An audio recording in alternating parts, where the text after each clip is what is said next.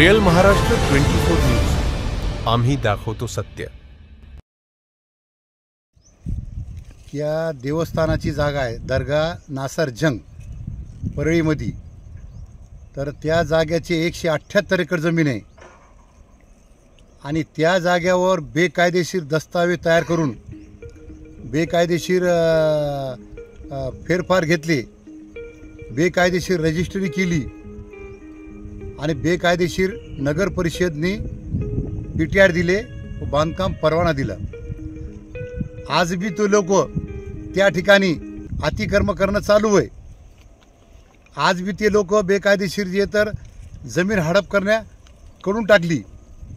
याला जबाबदार परळीचे मुख्य अधिकारी साहेब, नगरपालिका व परळीचे डिप्युटी कलेक्टर साहेब, परळीचे तहसीलदार साहेब, परळीचे भूमी अभिलेख यांनी बेकायदेशीर PI कार्ड दिले।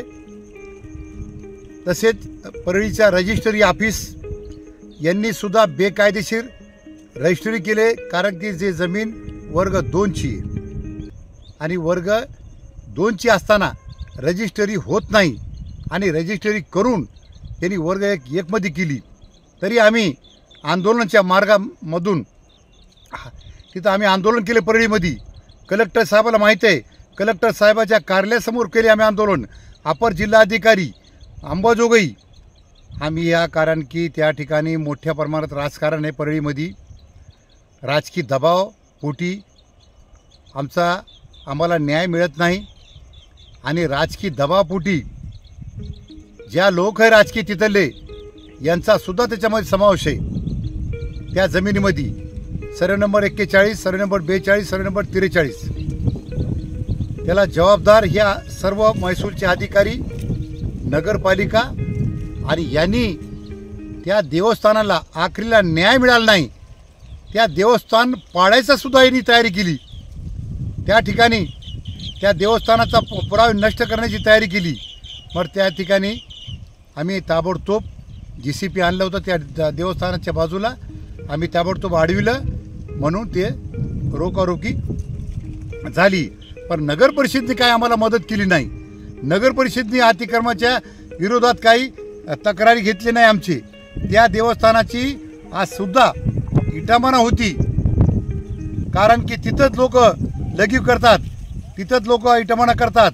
मग त्या नगरपालिकाच्या मुख्य अधिकारी साहेबांना आम्ही सांगितलं, कांबळे साहेब आपण ह्याच्याकडे विशेष लक्ष घालून हे देवस्थानाची जागा साफसफाई करा आणि इथं जे तर बाकी जे अतिक्रम व्हायला लागले त्याला रोका।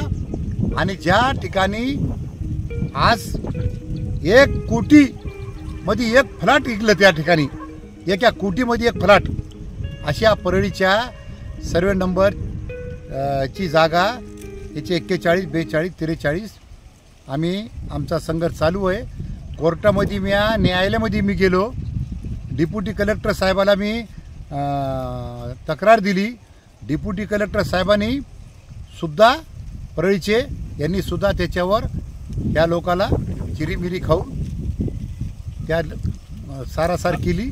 तिथले तहसीलदार, तिथले तलाठी, तिथले मंडळ अधिकारी यांची सुद्धा मनमानी आहे। यांच्यावर सुद्धा बीड जिल्ह्याचे कलेक्टर साहेब आपण विशेष लक्ष घालावा, यांची चौकशी करून यांच्यावर गुन्हे दाखल करावा, ही आमची आंबेडकरी 4 मोर्चाच्या वतीनं शासनाला निवेदन दिलेले आहे आणि शासनाला आम्ही कडकडीची विनंती करतो।